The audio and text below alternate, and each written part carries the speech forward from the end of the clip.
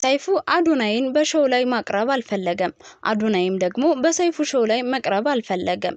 ይህን ተከትሎ ለአዶናይ ትልቅ መድረክ ቀረበለት። በአምለሰት ዩቲዩብ ቻናል ላይ ተጋበዘ።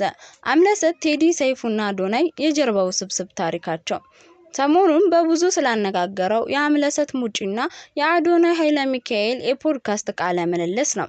ነገሩ በአዶናይ አድርጎ በሰይፉ ፋንታው በኩል ተጠማዞ ወደ አምለሰት ፖድካስት አምርቷል። የኋላ የቴዲ አፍሮንና የሰይፉ ፋንታውን ጉዳይ በምልሰትም የሚነካካ ክስተትም ሆኗል። የአዶናይ አድናቂዎች ለምን ልጃችን አልቀረበም ሲሉ በሰይፉ ቤት ላይ ጠይቀዋል። በሶሻል ሚዲያ በደንብ መነጋገሪያ የሆነ ጉዳይም አለ። ይህ ቃለ ምልልስ ብዙ አነጋግሯል። ያነጋገረው ደግሞ ራሱ ቅድመ ቃለ ምልልስ የተፈጠረው ክስተት ነው። ይህም በመሆኑ ገና የቃለ ምልልሱ ማስታወቂያ ከተለቀቀበት እለትና ሰዓት ጀምሮ ብዙ አስብሏል። ብዙዎችም አምለሰት አዶናይን ያቀረበችው ሰይፉን ለመውጋት እንደሆነ ያወራሉ። ከአዶናይ ቃለ መጠይቅ ጀርባ ቴዲና ሰይፉ ፋንታው ያላቸው ነገር ምንድነው? በሰይፉ ሾው ፕሮግራም ላይ ሁለቱ አንገት ለአንገት ተናንቀው በቲክቶክ አዋርድ ላይ አሸናፊ ለመሆን ከሚጣጣሩት ተወዳዳሪዎች መካከል ዩቲናስን ለይቶ በማቅረብ አዶናይ በድምጽ እንዲበለጥ አድርጓል መባሉ ከባድ አቧራን አስነስቶ ብዙ አስብሏል። በዚህ መሃል በሰዎች ከበድ ያለ ተቃውሞ ውስጥ የገባ መሆኑን የተረዳው ሰይፉ ፋንታሁን በሩ ለሁሉም ክፍት ነው በማለት አዶናይ በዚህ ሾው ላይ እንዲቀርብ በይፋ ጋበዘው። እንግዲህ የአዶናይ አድናቂዎች ለምን ልጃችን አልቀረበም ሲሉ በሰይፉ ቤት ላይ ጠይቀዋል። አዶናይም የሰይፉን ግብዣ ሰምቶ መልስ ሰጠ። ምላሹም አንተ ሾው ላይ መቅረብ አልፈልግም የሚል ነበር። በዚህ መልኩ የነበረው የሁለቱ ሰዎች ምልልስ ሌሎች እየተቀባበሉት ሰፊ የመወያያ ርዕሰ ጉዳይ ሆነ። በዚህ መሃል የፖድካስት እንግዳ መሆኑን የሚያመለክት አንድ ማስታወቂያም ተለቀቀ። ሌላ አዲስ ምዕራፍ የመነጋገሪያ ርዕሰ ጉዳይ የተከፈተውም እዚህ ጋር ነው።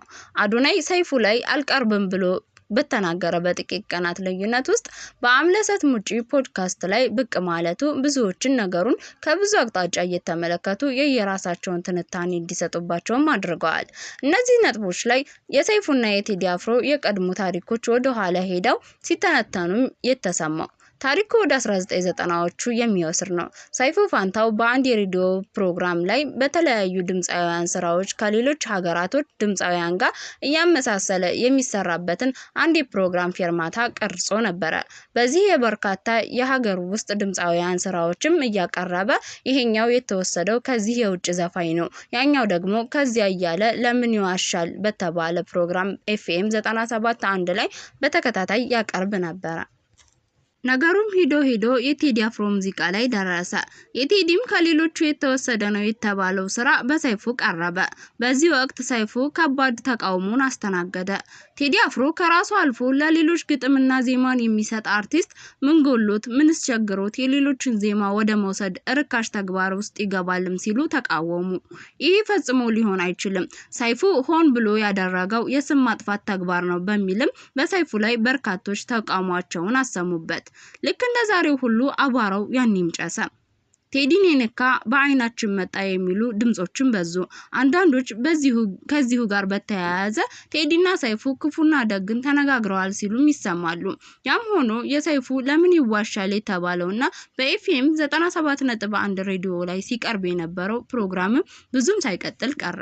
ሰይፉ ይህ ፕሮግራሙ ከቴዲ አፍሮ ጋር ብቻ ሳይሆን ከበርካታ ድምጻዊ ወዳጆቹ ጋር እንዳቀያየመው ይናገራል። በሰይፉና በአምለሰት ጉዳይ ስንመለስ ደግሞ አምለሰት በቁንጅና ውድድርም በፊልም ኢንዱስትሪውም በተዋናይነቱም በጋዜጠኝነቱም ሆነ በሌሎች ተዛማጅ ሙያዎች በመስራት የተለያዩ የሐሳብ መደባለቅ ውስጥ ናት። ሁሉም ያስፈልጋል፣ ግን ደግሞ ጊዜና ኮሚትመንት የሚባል ነገር አለ። ሁሉንም በአንድ ጊዜ ማስኬድ አይቻልም። ለጊዜው የሚያስፈልገውን እየመረጡ ቅደም ተከተል ማስያዝ ያስፈልጋል። በዚህ ህይወት ውስጥ ለፊልም ተዋናይነት የመታጨት አጋጣሚው መጣ። የፊልሙም ርዕስ ይፈለጋል ሲሆን የፊልሙ ባለቤትና አንደኛው ተዋናይ ደግሞ ሰይፉ ፋንታው ነው። እንደ ሰራዊት ፍቅር ያሉ ተዋናዮችም ተሳትፈውበታል ፊልሙ ላይ። እናም አምለሰት በሰይፉ ይፈለጋል ፊልም ውስጥ በተዋናይነት ሰራች። እዚህ የህይወት ሂደት ውስጥ ደግሞ ከአርቲስት ቴዲ አፍሮ ጋር ትውውቅ መጣ። ቴዲ ዘፈኑን ክሊፕ ሲሰራ ሜካፕ አርቲስት ሆና ትውውቃቸው ወደ ፍቅር አድጎ አሁን ላለው የትዳር ደረጃ በቃ። በዚህ መሃል ደግሞ አዶናይ የሚባል ክስተት በመሃል ብቅ አለ። በሰይፉ ተገፋሁም አለ። የቲክቶክ አድናቂዎቹና ተከታዮቹም እንዴት ሲሉ ጠየቁ። የተነሳው አቧራም ሰይፉ ላይ ከባድ የጫና ቡጢን አሳረፈ። ሰይፉም ግድ የለም ቤቴ ለሁሉም ክፍት ነው ሲል አስታወቀ። አዶናይም አልፈልግም ምን ሲደረግ የሚል ምላሽን ሰጠ። እንዲህ እያለ የማህበራዊ ሚዲያ የቃላት ጦርነት በጦፈበት ሁኔታ አዶናይ በአምለሰት ሙጪ የፖድካስት ፕሮግራም ላይ የሚቀርብ መሆኑን የሚያመለክት ማስታወቂያም ተለቀቀ።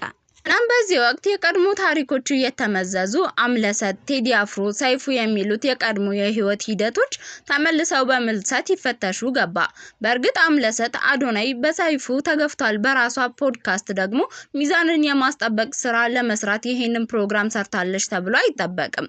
ሆኖም ከሰይፉ ጋር በተያያዘ ለተፈጠረው ሁኔታ ግን ለአምለሰትም ሆነ ቃለ ምልልሱን ለሰጠው አዶናይ ትክክለኛውን ሰዓት ወይም ደግሞ ፐርፌክት ታይሚንግ የሚባለው ነው ነገሩ። አምለሰት አጋጣሚውን በመጠቀም ደግሞ ሚዲያዋን በሚገባ አስተዋውቃለች። አዶናይ ከቀረበ በኋላ በሁለት ቀን ውስጥ ከ100,000 በላይ ሰብስክራይብን ጨምራለች። ቃለ ምልልሱ በተለያዩ ክፍሎች ተከፋፍሎ ቢለቀቅም የመጀመሪያው ቃለ ምልልስ ግን በ3 ቀናት ብቻ 1 ሚሊዮን ተመልካቾችን አግኝቷል። እናንተስ በዚህ ጉዳይ ላይ ምን ትላላችሁ? አምለሰትስ አዶናይን ለምን አቀረበችው ብላችሁ ታስባላችሁ? ሐሳብ አስተያየታችሁን በኮሜንት ላይ ጻፉ።